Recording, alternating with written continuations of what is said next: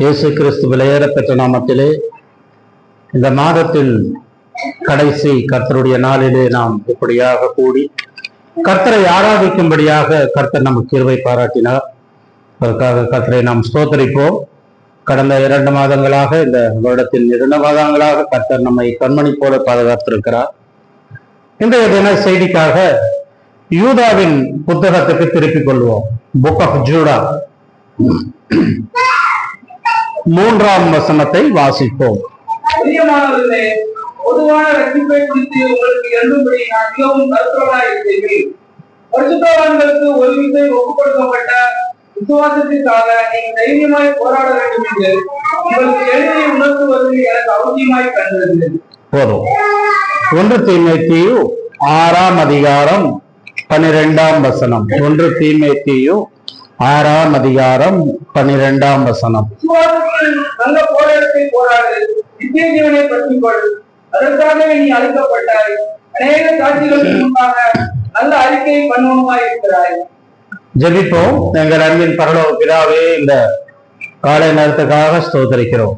உம்முடைய சமூகத்திற்கு முன்பாக அடியே நிக்க தாண்டவரே, எந்தவித தகுதி இல்லாதவன் ஆயினும் பரிசுத்த ஆவியானவர் தானே ஆண்டவரே, உம்முடைய சபைக்கு முன்பதாக அடியேனை நிறுத்தி இருக்கிறேன். கர்த்தாவே, ஆவியினால் நிரப்பும், தேவையான வார்த்தைகளை தாரும். பேசுகிற அடியன் ஆண்டவரே, வீணான வார்த்தைகளை அலட்டாதபடிக்கு என்னுடைய வாய்க்கு பாதுகாவலராக இருக்க வேண்டுமாய் ஜெபிக்கிறோம். அது மட்டுமல்லாமல் கேட்கிறவர்களுக்கும் கர்த்தாவே இதை புரியத்தக்கதாக அவருடைய வாழ்க்கையில் இதை அபியாசிக்கும்படியாக உதவி செய்யும். ஆண்டவரும் இரட்சகருமாகி இயேசு கிறிஸ்துவின் ஏறப்பெற்ற நாமத்தின் மூலம் கேட்டுக்கொள்கிறோம் பிதாவே, ஆமென். நாம் 2 வசனங்களை வாசித்தோம். யூதாவின் புத்தகத்திலே 3ஆம் வசனமும் 1 தீமோத்தேயு 6ஆம் அதிகாரம் 12ஆம் வசனமும் நாம் வாசித்தோம். இந்த 2 வசனங்களிலே பொதுவான ஒரு கருத்து இருக்கிறது. என்னவென்றால், பரிசுத்தவான்களுக்காக ஒரு விசை ஒப்பு கொடுக்கப்பட்ட விசுவாசத்திற்காக நீங்கள் தைரியமாய் போராட வேண்டும். 1 தீமோத்தேயு 6ஆம் அதிகாரம் 12ஆம் வசனத்தை பார்க்கும் பொழுது, விசுவாசத்தில் நல்ல போராட்டத்தை போராடு. மனிதனுடைய வாழ்க்கையிலே போராட்டம் எப்பொழுதும் இருந்து கொண்டுதான் இருக்கும். அதுவும் ஆண்டவராக இயேசு கிறிஸ்துவனுடைய இரத்தத்தினாலே கழுவப்பட்டு அவருடைய பிள்ளைகளான கிறிஸ்தவர்கள் என்று அழைக்கப்பட்ட அனைவருடைய வாழ்க்கையில் எப்பொழுதும் போராட்டம் இருந்து கொண்டுதான் இருக்கும். நேற்றைய வரை சகோதரன் இடத்தில் கேட்டார், என்ன செய்தி கொடுப்பீர்கள் என்று எனக்கு முன்னதாக அறிவித்தால் டைட்டில் போட்டு விடுவேன் என்று. எனக்கு நேற்று சாயந்தரம் வரை கூட நான் ஜெபித்துக் கொண்டிருந்தேன். அப்பொழுது எனக்கு வந்த யோசனை என்னவென்றால், நேற்றைய தினத்திலே அநேக பேர் நீங்கள் இந்த உபவாச ஜபத்திற்கு கலந்து கொள்ளவில்லை. அப்பொழுது ஒரு சகோதரியிடம் கேட்டேன், அக்கா வந்திருக்காங்க, ஊர்ல இருந்து போராட்டத்துக்கு போயிருக்காங்க என்று கேள்விப்பட்டேன். என்ன போராட்டம்? நம்முடைய தேவைகளுக்காக நாம் போராட வேண்டியவர்களாக இருக்கிறோம். நம்முடைய எல்லா விதமான பிரச்சனைகளுக்காக இன்றைய தினத்திலே போராட்டங்கள். நீங்கள் செய்தித்தாளை எடுத்து பார்த்தீர்கள் என்றால் எங்கும் போராட்டம் இருந்து கொண்டுதான் இருக்கிறது. நம்முடைய உரிமைக்காக நாம் போராடுகிறோம். ராணுவ வீரர்களை பார்த்தால் எல்லைகளிலே நின்று எல்லையை பாதுகாக்க அவர்கள் போராட்டத்தை நடத்தி கொண்டிருக்கிறார்கள். ஆட்சி கட்டிலை பிடிப்பதற்காக சில பேர் போராடி கொண்டிருக்கிறார்கள். குடும்பத்திலே சமாதானத்திற்காக சில பேர் போராடி கொண்டிருக்கிறார்கள். சபைகளுக்கான போராட்டங்கள் ஒவ்வொரு நாளும் அதிகரித்துக் கொண்டுதான் இருக்கிறது. ஆனால் நாம் வாசித்த இந்த பரிசுத்த வேதாகமத்திலே இங்கு சொல்லப்பட்டது, விசுவாசத்திற்காக நாம் போராட வேண்டும். விசுவாசிகளாக மாறிவிட்டோம், இயேசுவை சொந்த இரட்சகராக ஏற்றுக்கொண்டோம். ஆனால் அந்த விசுவாசத்தை பாதுகாத்துக் கொள்ள நாம் அனைவரும் போராட வேண்டியது இருக்கிறது. யூதாவின் புத்தகம் 3ஆம் வசனத்திலே சொல்லப்பட்ட அங்கே அந்த ஒரு வார்த்தை என்னவென்றால், பரிசுத்தவான்களுக்கு ஒரு விசை ஒப்பு கொடுக்கப்பட்ட விசுவாசத்திற்காக நீங்கள் தைரியமாய் போராட வேண்டும். போராட்டத்திற்கு தேவை தைரியம். போராட்டத்துக்கு தேவை தைரியம். 1 தீமோத்தேயுவை வாசிக்கும் பொழுது நல்ல போராட்டத்தை போராடுகிறோம். ஆனால் அது சரியான வழியிலே போராடுகிறோமா? நம்முடைய விசுவாசத்தை பாதுகாத்துக் கொள்ள நாம் போராடுகிறோமா என்பதை நாம் உணர்ந்து போராட வேண்டும் என்பது இன்றைய தினத்திலே நாம் செய்தியாக பார்க்க போகிறோம். இதற்காக அநேக எதிர்ப்புகள் உண்டு, இதற்காக அநேக தடைகள் உண்டு. இந்த எதிர்ப்புகளுக்கும் தடைகளுக்கும் நடுவே நம்மை நாமே காத்து கொள்ள வேண்டும், போராட வேண்டும், முன்னோக்கி போக வேண்டும். போராட்டத்தினாலே நாம் விழுந்து விடக்கூடாது. போராட்டத்தினாலே என்ன எல்லாம் நடக்கணும்? நம்மை நாம் பாதுகாத்துக் கொள்ள வேண்டும். அதற்கு பிறகு போராடணும், போராடி முன்னோக்கி போகணும். அதனால இந்த விசுவாசத்தை குறித்து ஒரு சில வார்த்தைகளை ஒரு பழைய ஏற்பாட்டிலே இருக்கக்கூடிய ஒரு 4 தேவதாசர்களை குறித்து இந்த நேரத்தில் நாம் தியானிக்க போகிறோம். அதில் முதலாவதாக ஆபிரகாமை குறித்து நாம் தியானிக்க போகிறோம். ஆதியாகமம் 15ஆம் அதிகாரத்தில் வரும் பொழுது, ஆதியாகமம் 15ஆம் அதிகாரத்திலே 9ஆம் வசனத்திலிருந்து 11ஆம் வசனம் முடிய நாம் வாசிப்போம் என்றால்,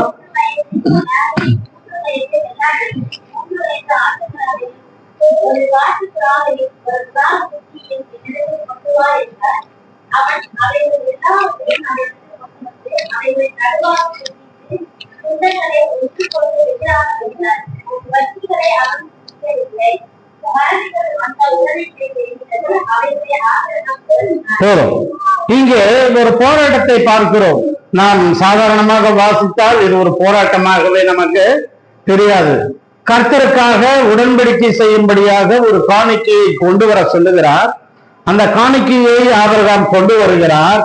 ஆனால் அந்த காணிக்கையை கர்த்தர் ஏற்றுக்கொள்ளுகிற வரை ஆபிரகாம் அங்கு இருக்கக்கூடிய காகங்களோட போராடி கொண்டிருக்கிறார், துரத்துகிறார். காலை முதல் மாலை, அதுவும் இரவும் வந்துவிட்டது, காரில் வந்துவிட்டது என்று அடுத்து வர வசனங்கள் இருக்கிறது. நாம் யோசித்து பார்ப்போம். கர்த்தருக்காக நம்முடைய விசுவாசத்தை மற்ற கழுகுகள், பறவைகள் எடுத்துக் கொள்ளாதபடிக்கு நாம் நம் வாழ்க்கையிலே போராடுகிறவர்களாக இருக்க வேண்டும். போராட்டம் என்பது கிறிஸ்துவ வாழ்க்கையிலே அனுதினமும் இருக்கக்கூடியது. இரண்டாவதாக என்னாகமம் 25ஆம் அதிகாரத்துக்கு வருவோம். என்னாகமம் 25ஆம் அதிகாரத்திலே இங்கே பினெகாஸ் என்கின்ற ஒரு மனிதனை பார்க்கிறோம். இங்கே கர்த்தருடைய சமூகத்திற்கு வரக்கூடிய காணிக்கைக்காக ஆபிரகாம் போராடினான். என்னாகமத்தில் பார்க்கும் பொழுது இஸ்ரவேல் சமுதாயத்திலே பரிசுத்த குலைச்சல் ஏற்பட்டு விட்டது. மோவாபியருடன் இஸ்ரவேல் ஜனங்கள் பாவத்திலே விழுந்து, விபச்சாரம் என்கின்ற பாவத்திலே விழுந்து விட்டார்கள். கர்த்தருடைய கோபம் அவர்கள் மேல் மூண்டதினாலே அவர்கள் எல்லோரும் இப்பொழுது மரிக்க ஆரம்பித்து விட்டார்கள். 7ஆம் வசனமும் 8ஆம் வசனமும் வாசிக்கலாம். எலெயாசாரின் மகன் பினெகாஸ் கண்டபோது அவன் நடுசபையிலிருந்து எழுந்து ஒரு ஈட்டியை கையை பிடித்து, இஸ்ரவேலனாகிய அந்த மனிதன் வேசித்தனமான அறையிலே அவன் பின்னாலே போய் இஸ்ரவேல் மனிதனும் அந்த ஸ்திரீயுமாகிய இருவருடைய வயிற்றிலும் உருவி போக அவர்களை குத்தி போட்டான். அப்போது இஸ்ரவேல் புத்திரில் உண்டான பாதை போயிற்று. அப்பொழுது இஸ்ரவேல் புத்திரில் உண்டான பரிசுத்த குலைச்சல் அந்த சபைக்குள் வந்ததினாலே அந்த பரிசுத்தத்தை பாதுகாக்க வேண்டும். அங்கே இருக்கக்கூடிய சபையாரெல்லாம் கூடி நாம் செய்கிறது பாவமான காரியம், மோவாபியரோட நாம் கலக்கக்கூடாது என்கின்ற ஒரு ஆலோசனை கூட்டம் ஒரு புறம் நடந்து கொண்டிருக்கிறது. அதே நேரத்திலே ஒரு இஸ்ரவேலன் ஒரு மோவாபு ஸ்திரீயை அழைத்துக் கொண்டு கூடாரத்திற்கு போய் விபச்சாரம் செய்தான். இதை பார்த்த பினெகாஸ் அதை தாங்கக்கூடாதபடிக்கு அவன் அங்கே போய் அந்த ஸ்திரீயையும் அந்த புருஷனையும் ஈட்டியால் குத்தி கொலை செய்து விடுகிறான். போராட்டத்தில் சில நேரங்களிலே கொலையும் நடக்கும். எதற்காக நாம் கொலை செய்கிறோம், எதற்காக போராடுகிறோம் என்பதை முக்கியமாக நாம் கருத்தில் கொள்ள வேண்டும். கொலை செய்தது தவறு என்றால், ஆனால் அந்த இடத்திலே பரிசுத்தத்தை பாதுகாக்க பினஹாஸ் செய்ய வேண்டியது மிகவும் முக்கியமாக காணப்படுகிறது. மூன்றாவதாக 1 சாமுவேலின் புத்தகம் 17ஆம் அதிகாரத்திலே பார்க்கிறோம். தாவீது தன்னுடைய ஆடுகளை பாதுகாக்க போராடுகிறார். தாவீது 1 சாமுவேல் 17ஆம் அதிகாரம் 34 35.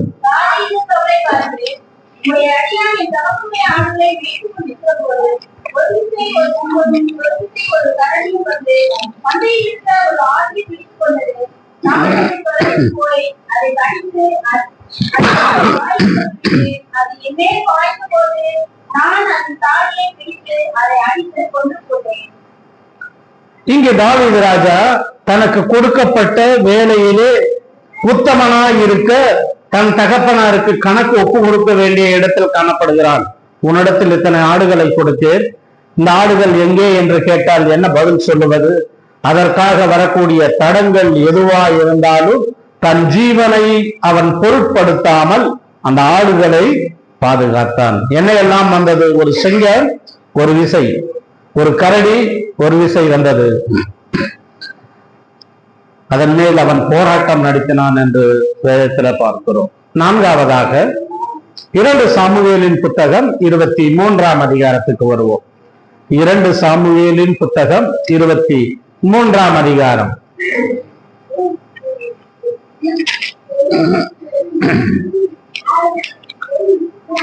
8ஆம் வசனத்திலிருந்து நாம் வாசிப்போம் என்றால்,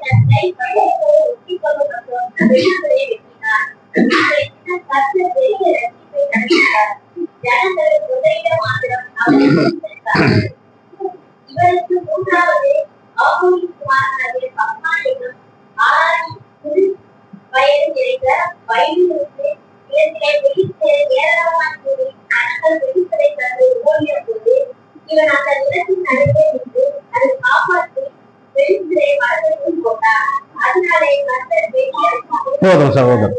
இங்கே 3 நபர்களை பார்க்கிறோம். முதல் ஒரு நபர் 800 பேரை கொண்டு போட்டான் என்றும், இரண்டாவதாக எலியேசர் என்கின்றவன் கை சலித்து போகும் அளவும் என்ன எழுதப்பட்டிருக்காங்க? பட்டயத்தோட, அந்த பட்டயம் அவன் கையோடு ஒட்டி கொண்டதான். அந்த பட்டயத்தை பிடித்து அவன் வெட்ட ஆரம்பித்தான். அந்த பட்டயம் அவன் கையோடு, ஒருவேளை அந்த பட்டயத்திலிருந்து கை எடுக்க வேண்டும் என்றாலும் பட்டயம் ஒட்டி கொண்டிருக்கிறது. அந்த அளவுக்கு அவன் தேவனுடைய பிள்ளைகளுக்காக பெலிஸ்தியரோடு யுத்தம் செய்தான். மூன்றாவதாக ஒரு நபரை பார்க்கிறோம், சம்மா. அவன் பெயர் சம்மா என்கிறவன். அவன் ஒரு வயலில் நிற்கிறான். அது ஒரு சிறுபயிர் நிறைந்த வயல். 11ஆம் வசனம். இவனுக்கு மூன்றாவதாக ஆவேயின் குமாரனாகிய சம்மா என்னும் ஆராரியன் சிறுபயிர் நிறைந்த வயலில் இருந்து இடத்திலே பெலிஸ்தர் ஏராளமாய் கூடி ஜனங்கள் பெலிஸ்தரை கண்டு ஓடுகிற போது இவன் அந்த நிலத்தின் நடுவிலே நின்று அதை காப்பாற்றி பெலிஸ்தரை மடங்கெடுத்து போட்டான். அதனால் கர்த்தர் பெரிய ரட்சிப்பை நடப்பித்தார். 4 அதிகாரங்களிலே 4 விதமான நபர்களை நாம் பார்த்து கொண்டிருக்கிறோம். இவர்கள் எல்லோருமே போராடுகிறதிலே சிறந்தவர்களாய் காணப்பட்டார்கள். முதலாவதாக ஆபிரகாமை குறித்து பார்த்தோம். ஆபிரகாம் கர்த்தருடைய சமூகத்திற்கு கொண்டு வந்த காணிக்கையை மற்ற கழுகுகளோ பறவைகளோ எடுத்துக்கொள்ளாதபடிக்கு அவன் அவைகளோட போராடி கொண்டிருக்கிறான், அவைகளை பாதுகாத்தான் என்று பார்த்தோம். இரண்டாவதாக எலியேசரை குறித்து பார்க்கும் பொழுது, பினெகாசை குறித்து பார்க்கும் பொழுது, இஸ்ரவேல் சமூகத்துக்குள்ளே இருக்கக்கூடிய அசுத்தமான பரிசுத்த குலைச்சல் ஏற்படுத்தக்கூடிய விபச்சாரத்தை தடுக்கும்படியாக அவன் ஒரு போராட்டத்தை நடத்தினான். அதில் சில பேர் 2 பேர் கொலையும் செய்யப்பட்டார்கள். மூன்றாவதாக பார்க்கும் பொழுது தாவீது ராஜாவை குறித்து பார்த்தோம். அவன் ஆடுகளை மேய்த்துக் கொண்டிருக்கிறான். ஆடுகளை மேய்க்கும் பொழுது கரடியும் சிங்கமும் வந்தது. அவைகளை நான் பீறி போட்டேன் என்று சொல்லுகிறார். அதாவது இது ஆவிக்குரிய வாழ்க்கையிலே நாம் யோசித்து பார்ப்போம் என்றால், தாவீது ராஜா கரடியுடன் சிங்கத்துடன் போராடினது வெளி உலகத்துக்கு யாருக்கும் தெரியாது. அந்த இடத்தில் வேறு யாரும் இல்லவும் இல்லை. தானாக அவன் சவுல் ராஜாவுக்கு முன்பாக சொல்லும் பொழுது இந்த சாட்சியை சொல்லுகிறார். நம்முடைய ரகசிய வாழ்க்கையிலே நாம் என்னவாக இருக்கிறோம் என்பது மற்றவர்களுக்கு தெரியாது.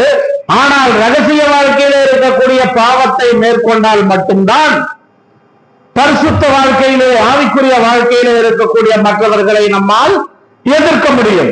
ரகசியத்திலே நாம் பாவத்திலே விரும்பிவிட்டால், மேற்கொள்ளாமல் போனால் சபைக்குள்ளே ஆவிக்குரிய ரீதியாக நம்மால் ஒரு காரியமோ செய்ய முடியாது. ஆகையால் தான் சொல்லுகிறார், இந்த விருத்த சேதனம் இல்லாத இந்த பெலிஸ்தியன் எம்மாத்திரம், நான் ரகசியத்திலே பாவத்தை மேற்கொண்டவன்.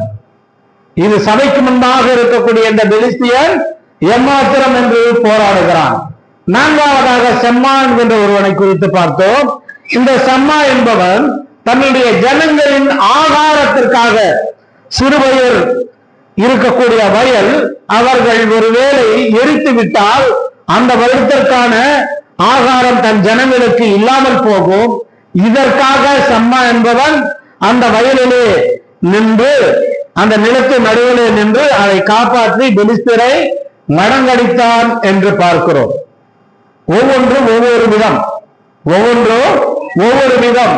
நாம் எந்த விசுவாச போராட்டத்தில் இருக்கிறோம்?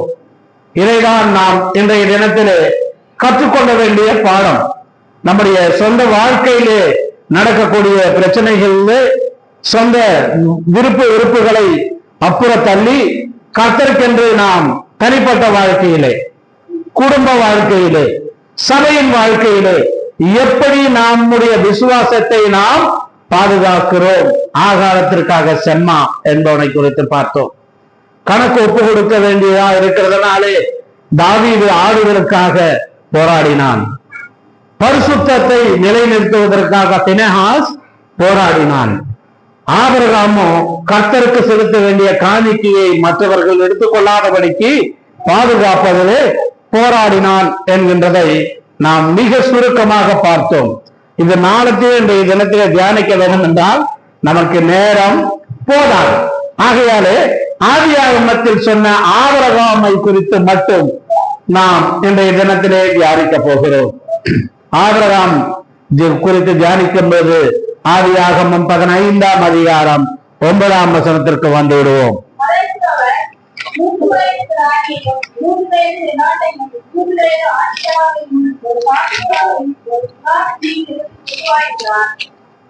போதும்.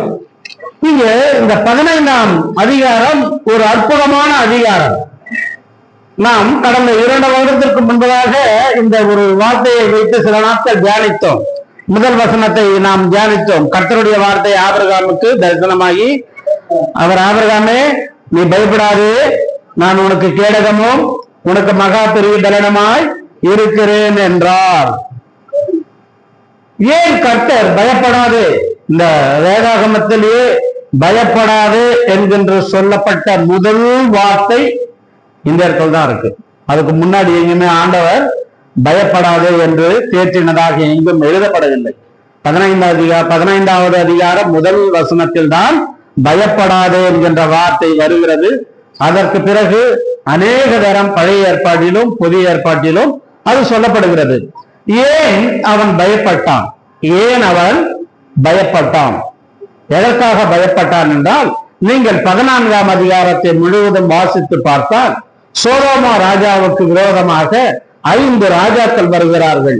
அந்த சோதோமாவிலே லோத்தின் குடும்பமும் அந்த இடத்தில் குடியிருக்கிறபடியினாலே இந்த 5 ராஜாக்கள் வந்து சோதோம் என்று யுத்தம் செய்து அங்கு இருக்கக்கூடிய எல்லா சொத்துக்களையும் ஆஸ்திகளையும் அவனுடைய மனைவியையும் பிள்ளைகளையும் சிறையில் எடுத்து கொண்டு போனார்கள். இது ஆபிரகாமுக்கு அறிவிக்கப்பட்டது, உன்னுடைய சகோதரனுக்கு இப்படிப்பட்ட ஒரு கதி நேர்ந்திருக்கிறது என்று. உடனே ஆபிரகாம் என்ன செய்தார் என்றால், தன் சகோதரன் சிறையாக கொண்டு போகப்பட்டதை ஆபிரகாம் கேள்விப்பட்ட போது அவன் தன் வீட்டிலே பிறந்த கைப்படிந்தவர்களாகிய 318 எத்தனை பேரு 318 ஆட்களுக்கு ஆயுதம் தரப்பித்து தான் என்னும் ஊர் மட்டும் அவர்களை தொடர்ந்து என்று பார்க்கிறோம். 318 பேரை கொண்டு போறாரு, அவர்களை துரத்துகிறார், துரத்தி யுத்தம் செய்கிறார். யுத்தம் செய்து அவர்கள் எதையெல்லாம் சிறை பிடித்து கொண்டு போனார்களோ அவைகளை எல்லாவற்றையும் அவன் திரும்பவும் பெற்று சோதோம் ராஜாவுக்கு கொடுக்க வேண்டிய சொத்துக்கள் எல்லாம் கொடுத்து விட்டான். தன் சகோதரன் அவனுடைய மனைவியின் பிள்ளைகளையும் விடுவித்து அவர்களுக்கு கொடுத்து விட்டான். இப்பொழுது வெற்றியோடு திரும்பி வருகிறான். வெற்றியோடு திரும்பி வருகிறவனுக்கு தூக்கம் வரவில்லை. ஏன் தூக்கம் வரவில்லை? இந்த 5 ராஜாக்களும் திரும்பி ஒன்றாய் கூடி என்மேல் யுத்தத்திற்கு வந்தால் நான் என்ன செய்வது? சில நேரங்களில் பிரச்சனைகள் சந்திக்கிறோம், சந்திச்ச பிறகு யோசிக்கிறோம், நான் தனியா இருக்கும்போது திருப்பி அந்த நபர்களோ வந்து விட்டால் என் நிலைமை என்னவாகும்?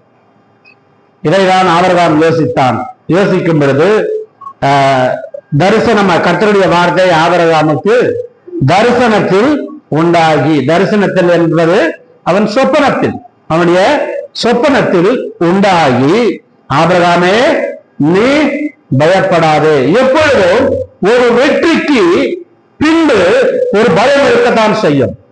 ஒரு வெற்றி சிறந்த காரியத்தை நாம் செய்யும் பொழுது அல்லது மலை உச்சிக்கு போகும் பொழுது உயர்ந்த ஸ்தானத்துக்கு போகிறோம், திரும்பவும் அங்கிருந்து பார்த்தால் ஒரு பள்ளத்தாக்கு தெரியதான் செய்யும். இப்படிதான் ஏலியாவும் கர்மேல் பர்வதத்துக்கு மேல் போனார். கர்மேல் பர்வதத்தில் இருக்கக்கூடிய பாகால் தீர்க்கதரிசிகளுக்கு முன்பதாக அவன் வீர வசனங்களை எல்லாம் பேசினான். பாகால் தீர்க்கதரிசிகளை வரவழைத்தான். நீங்கள் உங்கள் பாகாலுக்கு பலிபீடத்தை கட்டுங்கள், அதன் மேலே பலியிடுங்கள், அவன் பாகால் வருகிறானா என்று பார்ப்போம் என்றான். அது 1 ராஜாக்கள் 18ஆம் அதிகாரத்தில் இருக்கிறது. அதற்கு பிறகு அவர்கள் அந்த பகல் முழுவதும் அவர்கள் தேவர்களை அவர்கள் ஆராதித்தார்கள், கூப்பிட்டார்கள். ஆனால் ஒரு தெய்வமும் வரவில்லை. அதற்கு பிறகு இவர் ஒரு பலிபீடத்தை கட்டுகிறார்.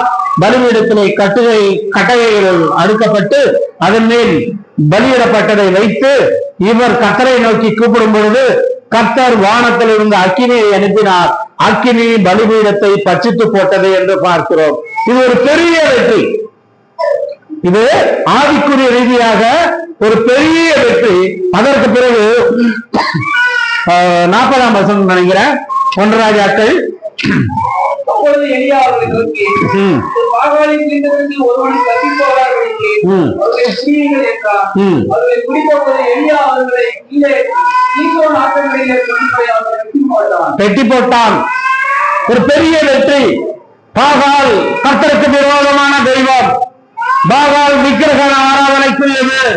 அந்த பாகால் தீர்க்கதரிசிகளை எசபேல் என்கின்ற ஒரு ராணி அவர்களுக்கு பாதுகாத்து அவர்களுக்கு ஆகாரம் கொடுத்து போஷிக்கிறாள்.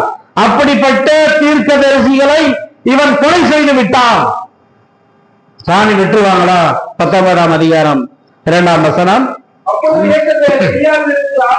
ஆள் அனுப்பி அவர்களில் ஒவ்வொருவருடைய பிராணம் செய்து கொள்வது போல நான் நாளை இந்த நேரத்தும் பிராணம் செய்யாதே போனால் தேவர்கள் அதற்கு சரியாகவும் அதற்கு அதிகமாகவும் எனக்கு செய்யப்படவில்லை என்று சொல்ல சொன்னான். 4ஆம் வசனம். ஒரு நாள் பிரயாணம் போய் ஒரு சூழச்செடியில் உட்கார்ந்து நான் சாக வேண்டும் என்று கோரி, போதும் கர்த்தாவே என் ஆத்மாவை எடுத்துக்கொள்ளும், நான் என் பிதாவை பார்க்கும் நல்லவனல்ல என்று சொல்லி. போதும். எவ்வளவு ஒரு வீர வசனம் பேசிய ஏலியா, கர்த்தரே தெய்வம் என்று மற்றவர்கள் ஏற்றுக்கொள்ளும்படியாக ஊழியம் செய்த தீர்க்கதரிசியான ஏலியா ஒரு ராணி சொல்லுகிறதை கேட்டு, நான் நாளை இந்நேரத்தில் உன் பிராணனுக்கு செய்ய போவதே, ஆனால் தேவர்கள் அதற்கு சரியாகவும் அதற்கு அதிகமாகவும் எனக்கு செய்ய, நாளைக்குள்ள உன்னுடைய ஜீவனை நான் வாங்கி விடுகிறேன். அவ்வளவு வெற்றி சிறந்த ஒரு இடத்தில் இருந்த, உயர்ந்த இடத்திலே மலையிலே இருந்த ஏலியா இப்பொழுது வெற்றிக்கு பிறகு அவன் பயந்து ஓடுகிறான். பயந்து ஓடி சூறைச்செடியின் கீழ் உட்கார்ந்து, போறோம், நான் சாக போறேன். சாகதற்காகவா இவ்வளவு போராட்டம் நடத்தினாய்? கர்த்தர் உன்னை என்ன நோக்கத்திற்காக தெரிந்து கொண்டார்? கர்த்தரே தெய்வம் என்பது மற்றவர்களுக்கு புரிய வைக்கும்படியாக உன்னை தெரிந்து கொண்டார். ஆனால் நீயோ இன்று சாக வேண்டும் என்று யோசிக்கிறாய். ஆபிரகாமும் அவ்வளவு பெரிய யுத்தத்தை செய்தான், 5 ராஜாக்களை தோற்கடித்தான். ஆனால் இப்பொழுது அவன் பயந்து கொண்டு உட்கார்ந்து கொண்டு இருக்கிறான். அவனுடைய நிலைமையை பார்த்தால் பயங்கரமாக இருக்கிறது. ஆனால் ஆண்டவர் ஒவ்வொரு விஷயம் நம்மையும் பார்த்து, நம்முடைய வாழ்க்கையிலே சில நேரங்களில் தோல்வி அடைகிறோம், நிர்விசாரமாகி விடுகிறோம், விழுந்து விடுகிறோம். கர்த்தர் சொல்லுகிறார், பயப்படாதே. ஆபிரகாமுக்கு அடுத்தது ஈசாக்கை பார்த்தும் சொன்னார். 26ஆம் அதிகாரம் 24ஆம் வசனத்திலே, நீ பயப்படாதே, நான் உன்னுடன் இருக்கிறேன். ஈசாக்கை பார்த்து சொன்ன தேவன் யாக்கோபை பார்த்து சொல்லுகிறார். 46ஆம் அதிகாரம் 3ஆம் வசனத்திலே, பயப்படி எகிப்துக்கு போக பயப்படாதே, நான் உன்னுடன் வருகிறேன் என்கிறார். ஆபிரகாமை பயப்படாதே என்று சொன்ன தேவன், ஈசாக்கை பயப்படாதே என்று சொன்ன தேவன், யாக்கோபை பார்த்து பயப்படாதே, நான் உன்னுடன் எகிப்துக்கு வருகிறேன் என்று சொன்னார். இஸ்ரவேல் ஜனங்கள் எல்லோரையும் பார்த்து சொன்னார். யாத்திராகமம் 14ஆம் அதிகாரம் 13ஆம் வசனத்துல, பயப்படாதே, கர்த்தர் செய்ய போகிறதை நீங்கள் அமர்ந்திருந்து பாருங்கள். நீங்க சும்மா உட்காருங்க, கர்த்தர் எப்படி யுத்தம் செய்கிறார் என்று மட்டும் நீங்க பாருங்கள், பயப்படாது இருங்கள். 20ஆம் அதிகாரம் யாத்திராகம் 20ஆம் வசனத்திலையும் பயப்படாதே என்று சொல்லுகிறார். அங்க 10 கற்பனை பலகைகள் கொடுக்கப்பட்டது. அந்த மலை முழுவதும் அது தூபத்தினால நிறையப்பட்டிருக்கிறது. ஜனங்கள் எல்லாம் பார்த்து பயப்படும் பொழுது பயப்படாது. 12 பேரை கானான் தேசத்திற்கு வேகு பார்க்க அனுப்பினார்கள். வந்தவர்கள 10 பேர் துர்ச்செய்தியை பரப்பினார்கள், 2 பேரும் நற்செய்தியை சொன்னார்கள். ஆனால் அப்பொழுது மோசே சொல்லுகிறார், பயப்படாதிருங்கள், கர்த்தர் அந்த தேசத்தை உங்களுக்கு கொடுத்தார் என்று என்னாகமம் 14ஆம் அதிகாரம் 9ஆம் வசனத்துல பார்க்கிறோம். யாத்ரா உபாகமத்திலே போய் பார்க்கும் பொழுது 1 அதிகாரம் 21ஆம் வசனத்திலிருந்து, நீங்கள் பயப்படாதிருங்கள், நீங்கள் பயப்படாதிருங்கள். ஏன் ஆண்டவர் இந்த வார்த்தையை அடிக்கடி சொல்லுகிறார் என்றால், ஆவிக்குரிய வாழ்க்கையிலே, நம்முடைய தனிப்பட்ட சபை குடும்ப வாழ்க்கையிலே இந்த பயம் நம்மை பற்றி கொள்ளுகிறது. இந்த பயத்திலிருந்து விடுதலையாக முடியாமல் சில நேரங்களிலே சோர்வடைந்து விடுகிறோம். அதனாலதான் ஆபிரகாமை பார்த்து சொல்லுகிறார், நீ பயப்படாதே. பயத்திற்கான ஒரு தீர்வை சொல்லுகிறார். 15ஆம் அதிகாரம், ஆதியாகமம் 15ஆம் அதிகாரம் 1 வசனம்.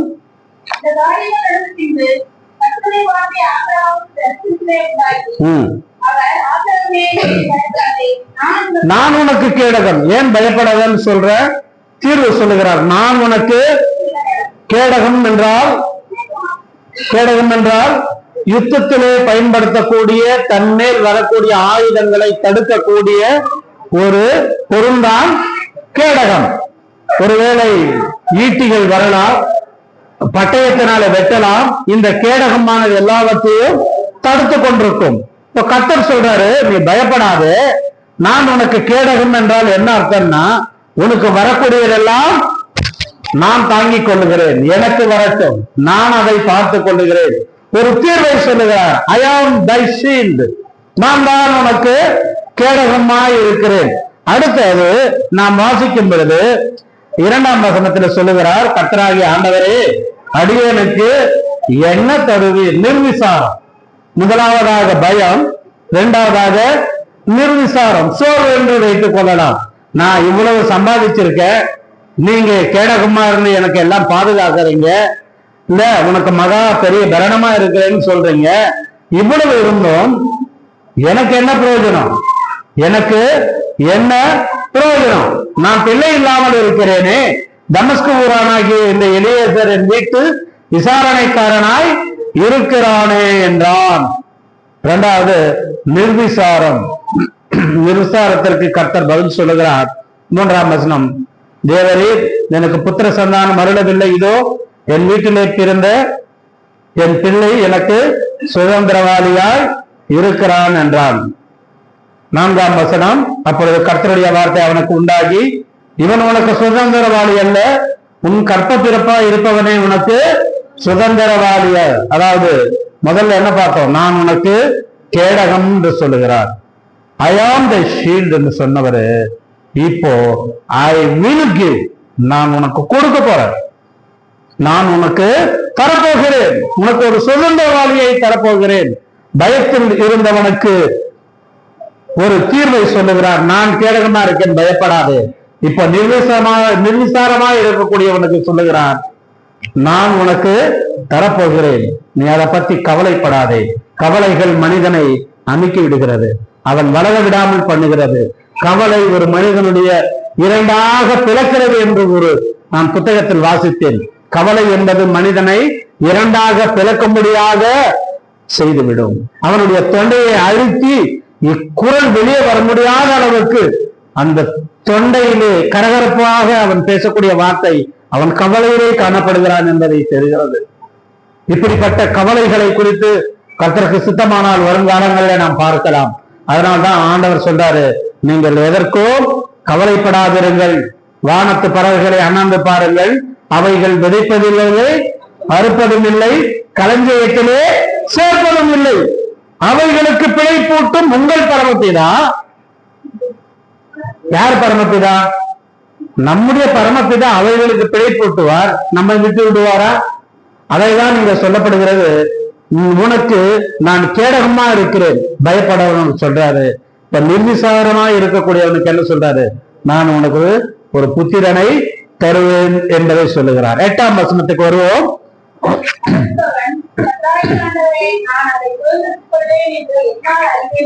போதும், உன்னை கைவேறு பட்டணத்திலிருந்து வர வச்சேன் இல்லையா, அதனால இங்க இருக்கக்கூடிய இந்த நிலத்தை எல்லாம் நீ சுதந்திரமாக நான் உனக்கு தரப்பு. ஐ ஆம் தை ஷீல்டுன்னு சொன்னவரு, ஐ வில் கிவ் சொன்னவரு இப்போ என்ன சொல்றாருன்னா, ஐ ஹாவ் கிவ், நான் உனக்கு தரப்போறேன். எப்படி? உனக்கு ஒரு சுதந்திரவாளியை கொடுத்து அந்த குமாரனை நான் ஆசீர்வதித்து அவருக்கு வரக்கூடிய சந்ததி இந்த இடத்தை சுதந்திரமாக எடுத்துக்கொள்ளும் என்கின்ற காரியங்களை பேசிக்கொண்டு வருகிறார். இதுதான் முன்னாடி நடந்த சம்பவம். அதற்கு பிறகுதான் நாம் வாசித்த 9ஆம் வசனத்திலிருந்து செய்திக்கு வரப்போகிறோம். முன்னாடி என்ன நடந்தது? அவன் பயத்துடன் காணப்பட்டான். ஏனென்றால் சொதோமிலே யுத்தம் செய்து வந்தான். திரும்பவும் ராஜாக்கள் வந்து விடுவார்கள் என்பதற்காக. இரண்டாவது, நிர்விசமாய் இவ்வளவு சம்பாதித்து நான் இவ்வளவு ஐஸ்வர்யமானாக இருந்து என்ன செய்ய போகிறேன் என்றான். நிர்விசாரமாய் காணப்பட்டவனுக்கு நான் உனக்கு ஒரு குமாரனை தருவேன் என்று சொல்லுகிறார். மூன்றாவதாக, அந்த இடத்தையே உனக்கு, இந்த நிலத்தை உனக்கு சுதந்திரமாக தருவேன் என்றால் அதற்கு அடையாளம் என்னன்னு கேட்கிறார். என்ன கேட்கிறாரு? அதற்கான அடையாளம் என் 9ஆம் வசனம். அதற்கு அவர்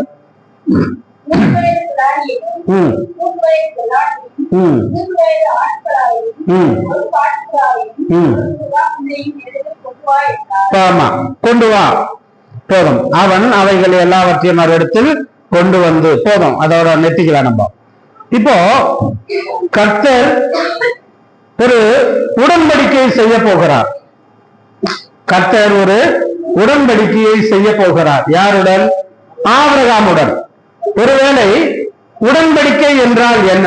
முதல் நம்ம அதை புரிஞ்சுக்கணும். உடன்படிக்கை என்றால் என்ன? இரண்டு நபர்கள், அதாவது என் தேசத்திலே அல்லது என்னிடத்தில் இது எல்லாம் இருக்கிறது, இதை நான் உனக்கு தருகிறேன், உன்னிடத்தில் உன் தேசத்தில் உள்ளதை எல்லாம் இது எனக்கு தர வேண்டும் என்று ஒருவருக்கொருவர் செய்து கொள்வதுதான் உடன்படிக்கை. பரிசுத்தமான தேவன் பாவியாக மனிதனிடத்தில் செய்த உடன்படிக்கையை பார்த்தால் அது ஒரு விசித்திரமானது. புதிய உடன்படிக்கையிலே உன்னுடைய பாவத்தை எல்லாம் அவர் ஏற்றுக்கொண்டார், அவருடைய பரிசுத்தத்தை எல்லாம் நமக்கு கொடுத்து விட்டார். இப்போ ஒரு உடன்படிக்கை செய்யணும். என்ன உடன்படிக்கை? உனக்கு பயப்படாதேன்னு சொன்ன, உனக்கு ஒரு குமாரனை தருவேன்னு சொன்ன, இந்த நிலத்தை முழுவதும் உங்களுக்கு தருவேன் என்று சொன்னேன். இப்பொழுது நீ அடையாளம் கேட்கிறாய். அடையாளத்திற்காக நீ என்ன பண்ணணும்னா, 3 வயது கிடாரியையும் 3 வயது வெள்ளாட்டையும் 3 வயது ஆட்டுக்கடாவையும் 3 1 நல்லா வாசிங்க. ஒன்னொன்றுதான். இதெல்லாம் நம்மளுடைய கன்ஃபியூஸ். பைபிள் வாசிக்கும் பொழுது 3ன்னு ஒண்ணு நம்ம மைண்ட்ல என்ன வரும்? 3 ஆட்டுகள்.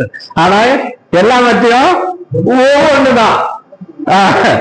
இப்ப வாசிங்க, 3 வயது கிடா, 3 வயது வெள்ளாட்டு, 3 வயது. சீனாவுல நடந்த ஒரு சம்பவத்தை சொல்றேன்.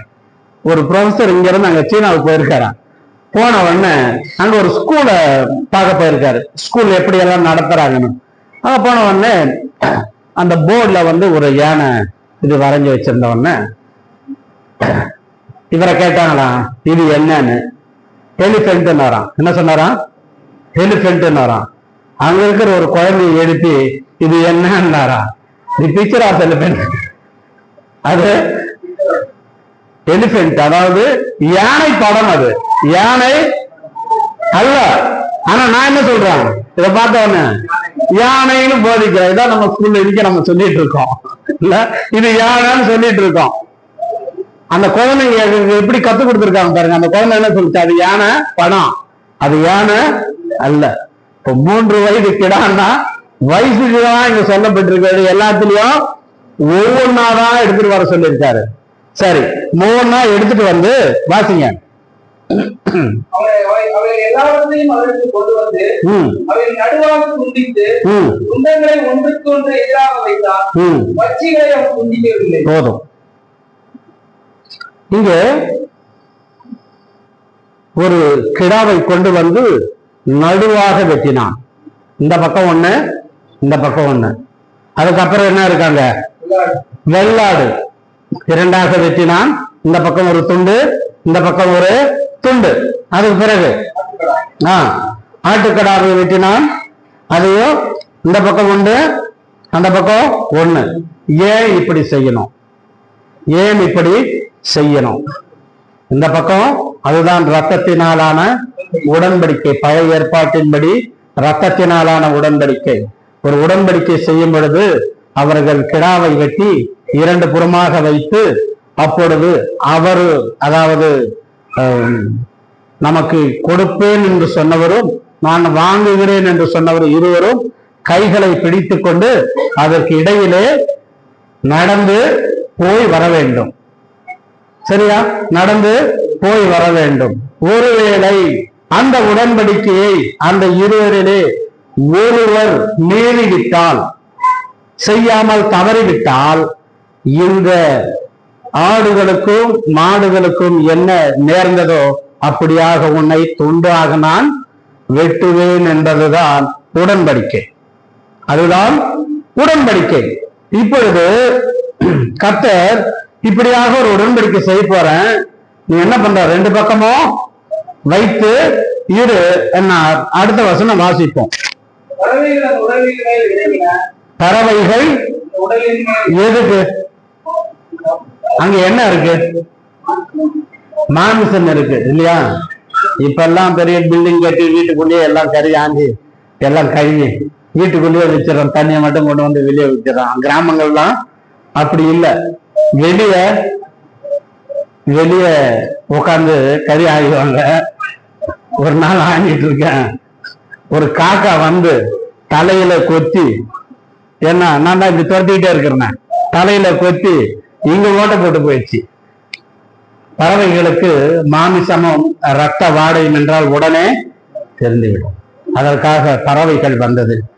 அந்த பறவைகள் கர்த்தருக்காக அவன் கொண்டு வந்த காணிக்கையாகிய இந்த கிடாவை, வெள்ளாடு, ஆட்டுக்கிடா இவைகளுடைய மாமிசத்தை கர்த்தர் வருகிறதுக்குள்ள என்ன பண்ணத?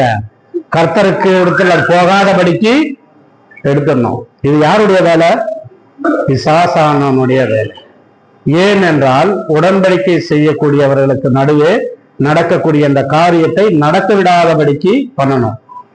பறவைகள் வந்து என்ன பண்ணும்? ஒண்ணு அது புசிக்கும் இல்லையா, இல்லைன்னா எடுத்து கொண்டு போய்விடும். 3வது அசுத்தமாக்கிவிடும். அந்த இடத்தை, அந்த பலியை அசுத்தம் ஆக்கிவிடும். இதை நாம் தியானிப்போம் என்றால் 13ஆம் அதிகாரம் மத்தேயில மத்தேயு 13ஆம் அதிகாரத்துல ஒரு வார்த்தை இருக்கு பாருங்க. 4ஆம் வசனமும் அவன் விதைக்கையும் சில விதை வழியறிய விழுந்தது, பறவைகள் வந்து அதை பட்சித்து போட்டது. சில விதை மண்ணினால பிரச்சனை விழுந்தது, மண் ஆழமாய் இராததால. போதும் போதும் போதும். பறவைகள் வந்து கொண்டு போனதுங்க 4ஆம் வசனம். 4ஆம் வசனம் தானே பிரதர்? 4ஆம் வசனம். பறவைகள் வந்து அதை பட்சித்து போட்டது. சரி, இன்னொரு வசனம் வாசிக்கலாம். 19ஆம் வசனம். ஒருவன் ராஜ்யத்தின் வசனத்தை கேட்டு உணராதிருக்கும் போது பொல்லாங்கான் வந்து அவன் இருதயத்தில் விதைக்கப்பட்டதை பறித்து கொள்ளுகிறான். இந்த பறவைகள், கழுகுகள் ஆண்டவருடைய காரியங்களுக்கு இடையூறாய் காணப்படுகிறது என்பதை இங்க பார்க்கிறோம். இந்த ஒரு வசனத்துக்கு தான் சத்துரு இருக்கிறான். நீ சபைக்குள்ள டெக்கரேஷன் பண்ண, பெரிய ஸ்பீக்கர் வைதி அல்லது பெரிய டிவி வச்சு அநேக ஜனங்களை கூட்டு இல்லையா, என்ன அற்புதம் அடையாளம் பண்ணு, அங்கெல்லாம் ஒண்ணுமே நடக்காது. அந்த சபைகளுக்குள்ள ஒண்ணும் நடக்காது. எந்த சபையிலே தேவனுடைய வசனம் சத்தியத்தை போதிக்கிறோமோ அங்க பிசாசானவன் காத்து கொண்டிருப்பான். அவன் விதைத்தவுடன் பறித்து கொண்டு போக ஆயத்தமாக இருக்கிறான் என்கிறதை இந்த இடத்துல பார்க்கிறோம். தேவனுடைய ராஜ்யத்தை குறித்து ஒரு உபதேசம் கொடுக்கும் பொழுது உடனே பார்த்து கொண்டிருக்கிறான். இவன் இருதயத்திலிருந்து இதை எடுத்து போட வேண்டும் என்பது அவனுடைய விருப்பமாய் இருக்கிறது. அப்போ ஆபிரகாம் என்ன வேலை செஞ்சாருன்னா, இங்க வாசிக்கலாமா? 15ஆம் அதிகாரத்துக்கு வாங்க.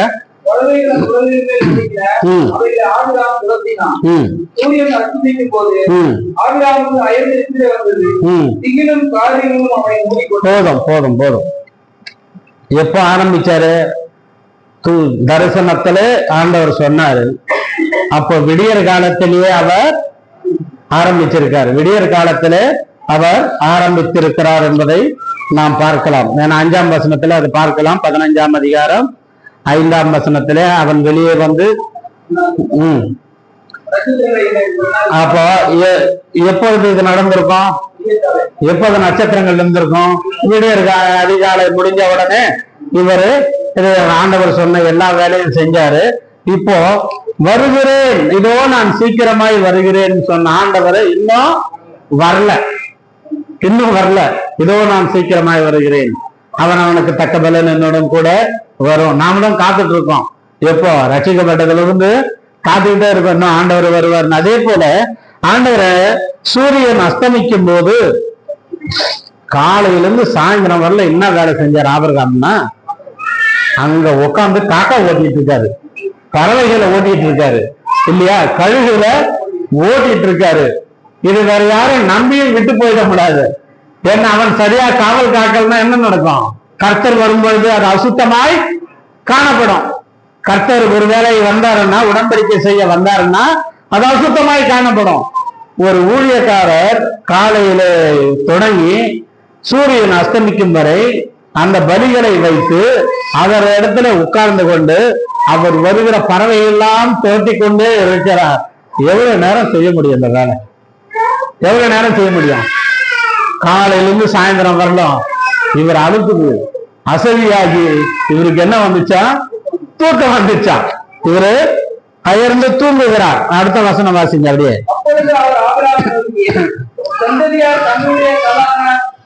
இல்ல 12ஆம் வசனம். 12ஆம் வசனம். சூரியன்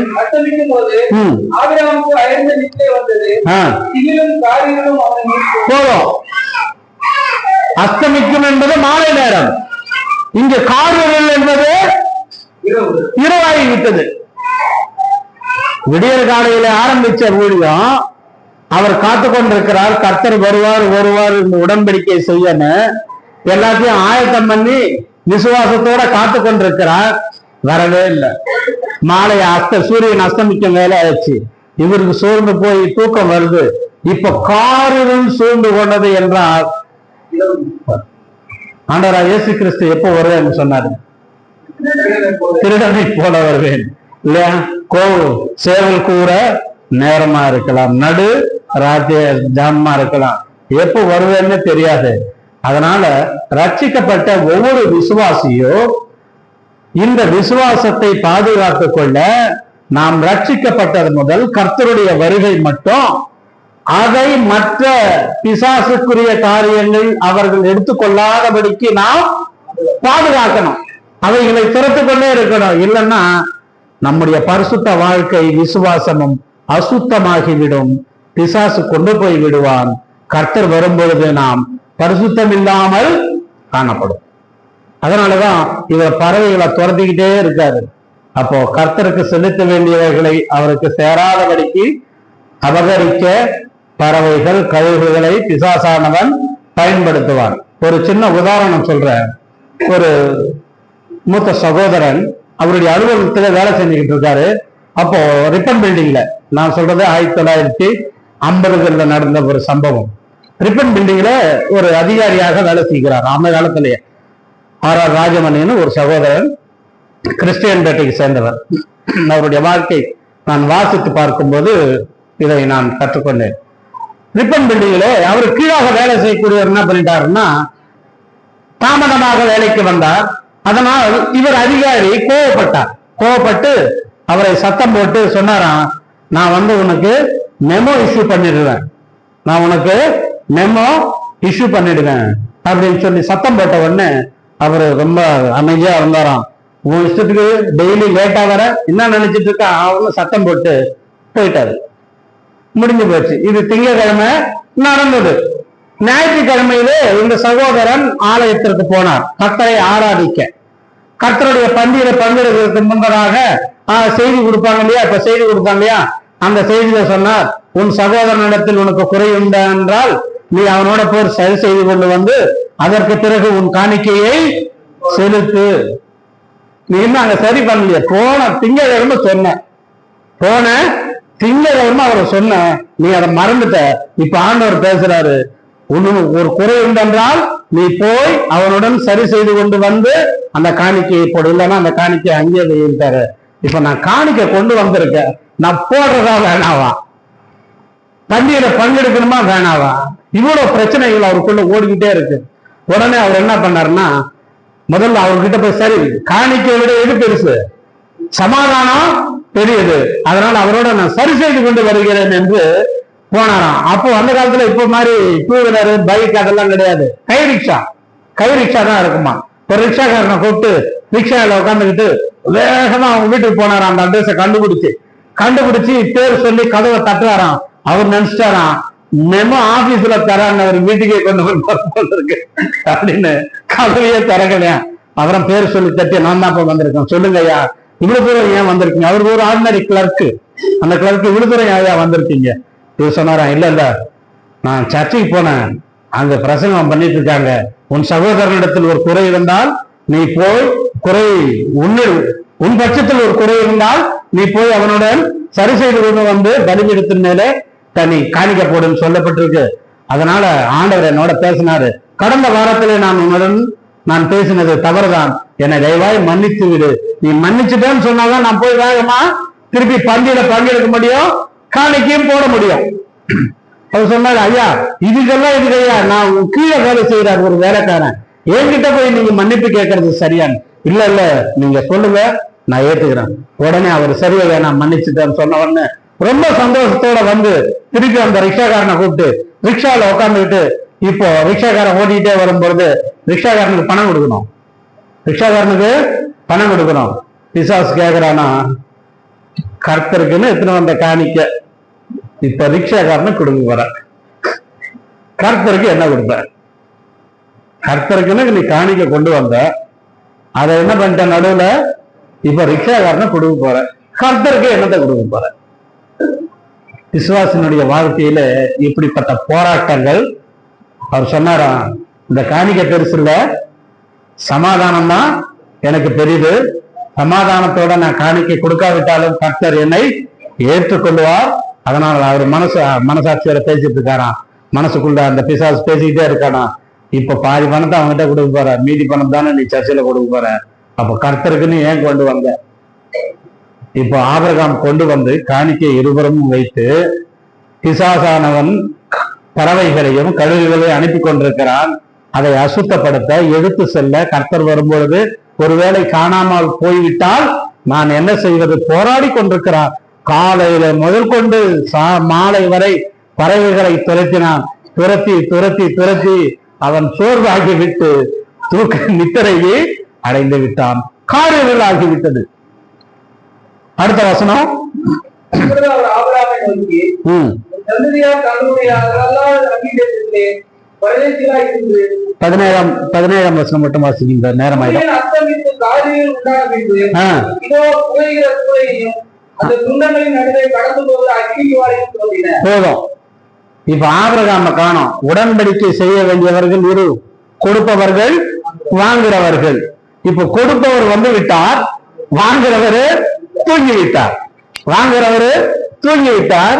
இப்பொழுது அதுவும் காரு இருளான நேரத்தில் கர்த்தர் மட்டும் தனியா உடன்படிக்கை பண்றாரு.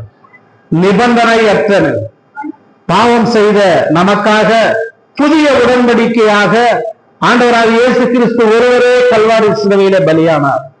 அந்த இடத்தில் நான் பலியா இருக்கணும். எனக்கு பதிலாக இங்கே ஆபிரகாமும் கர்த்தரும் சேர்ந்து ஒன்றாய் அதில் நடந்திருக்க வேண்டும்.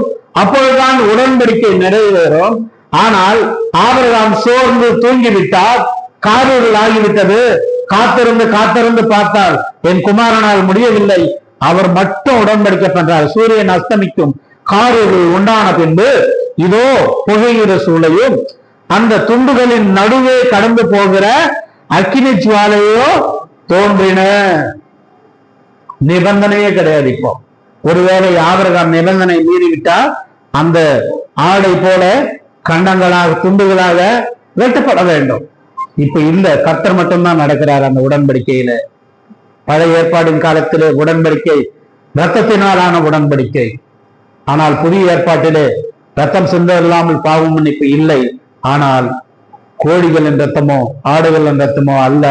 ஆண்டவராக இயேசு கிறிஸ்து உனக்காக எனக்காக ஒருவரே கல்வாரி சிலுவையிலே பலியானார் என்பதை நாம் பார்க்க போகிறோம்.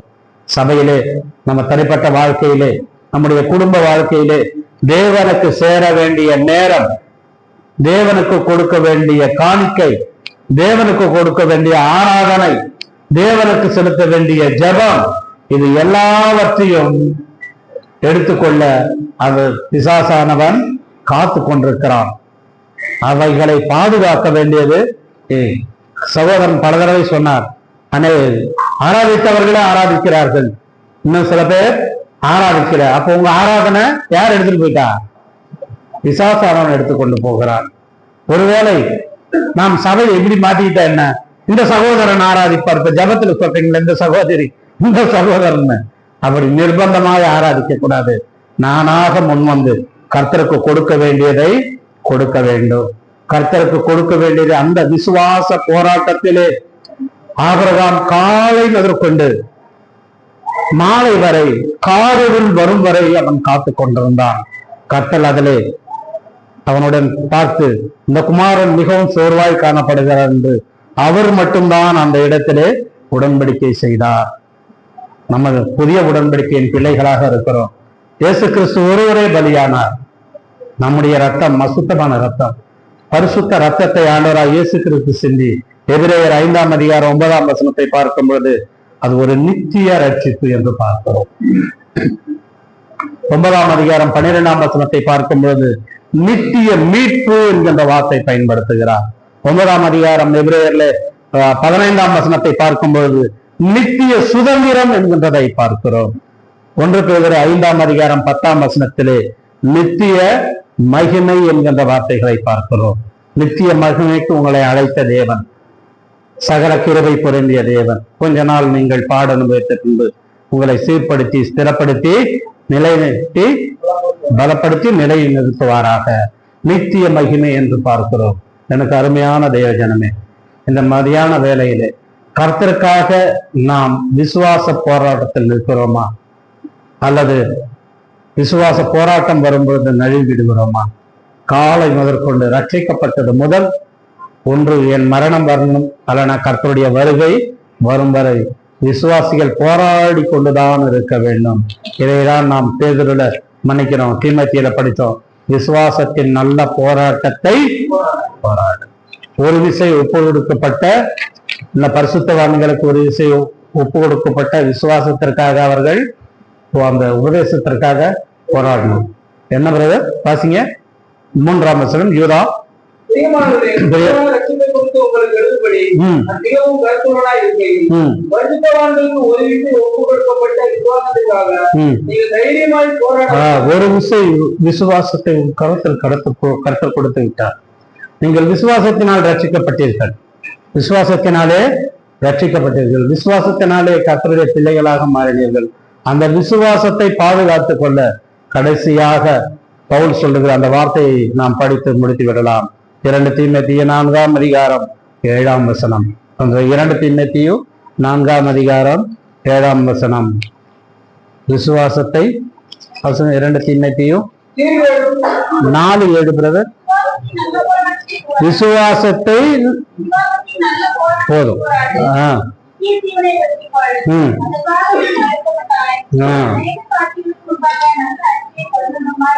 போதும். நல்ல போராட்டத்தை போராடினேன், ஓட்டத்தை முடித்தேன்.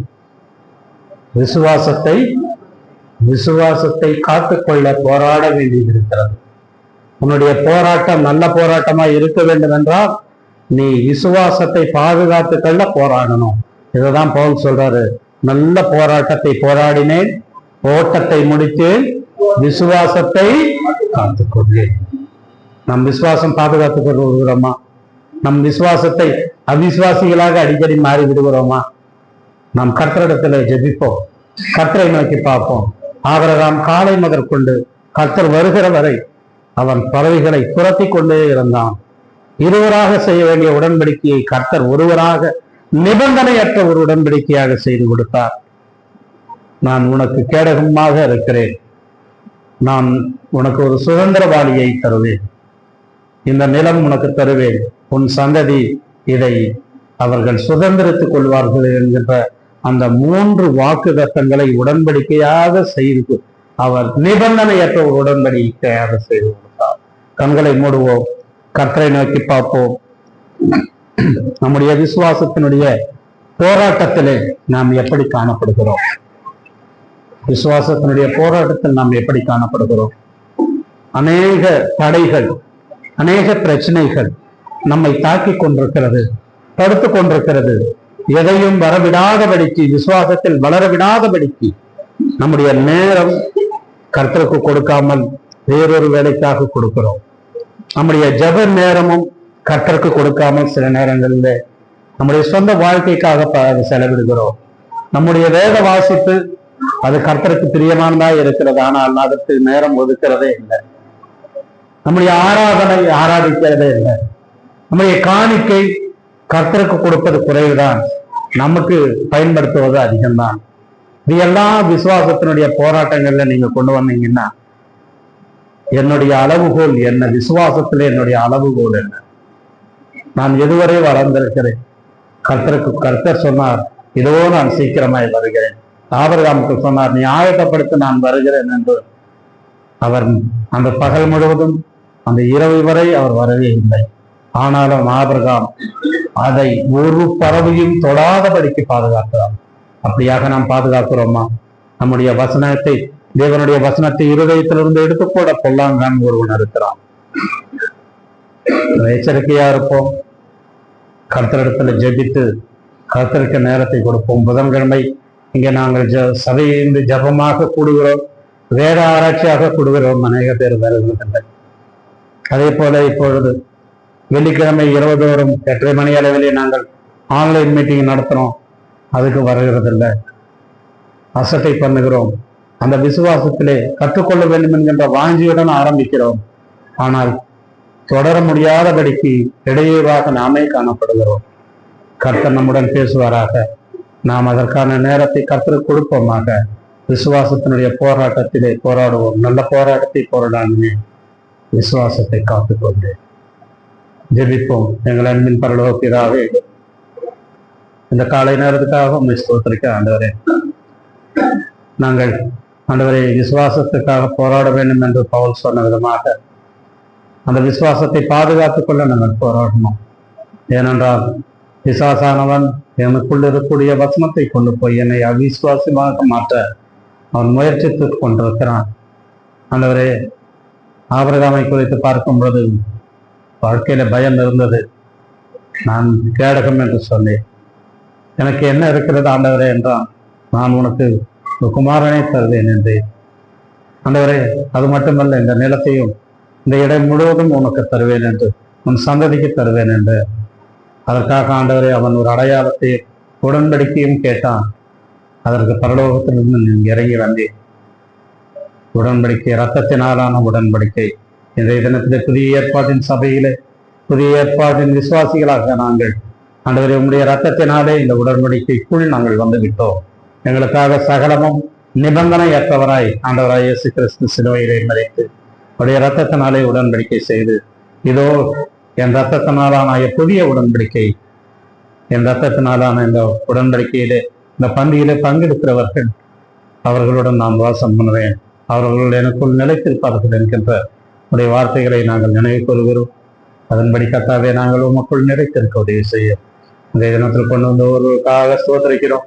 யாரெல்லாம் ஆண்டவரே ஒருவேளை பாடுகளுடன், கஷ்டங்களுடன், கண்ணீருடன், வியாதியுடன் வந்திருக்கிறார்களோ அவர்களை கர்த்தாவே நிறுத்தோடும் நல்ல ஆசீர்வாதத்துடன் ஆண்டவரே அவர்களை சுகமாய் திரும்பி போக உதவி செய்யும். உம்முடைய வீட்டிற்கு கொண்டு வந்த காணிக்கைகளை ஆசீர்வதித்தருளும். அதே போல் கர்த்தாவே ஒவ்வொரு சபையினுடைய காரியங்களிலே நாங்கள் அனைவரும் பங்கெடுத்து ஆண்டவரே எங்களுடைய போராட்டத்திலே நாங்கள் தொடர்ந்து விசுவாசத்துடன் போராட எங்களுக்கு கிருபை செய்ய வேண்டுமாய் கேட்டுக்கொண்டு ஜெபத்தை ஸ்தோத்திரத்தோடு கர்த்தரும் மீட்பருமாகிய இயேசு கிறிஸ்துவின் ஏறப்பட்ட நாமத்தின் மூலம் கேட்டுக்கொள்கிறோம் பிதாவே. என் ஆத்துமாவே கர்த்தரை ஸ்தோத்திரி, என் முழுமை பரிசுத்த நாமத்தை ஸ்தோத்திரி, என் ஆத்துமாவே கர்த்தரை ஸ்தோத்திரி.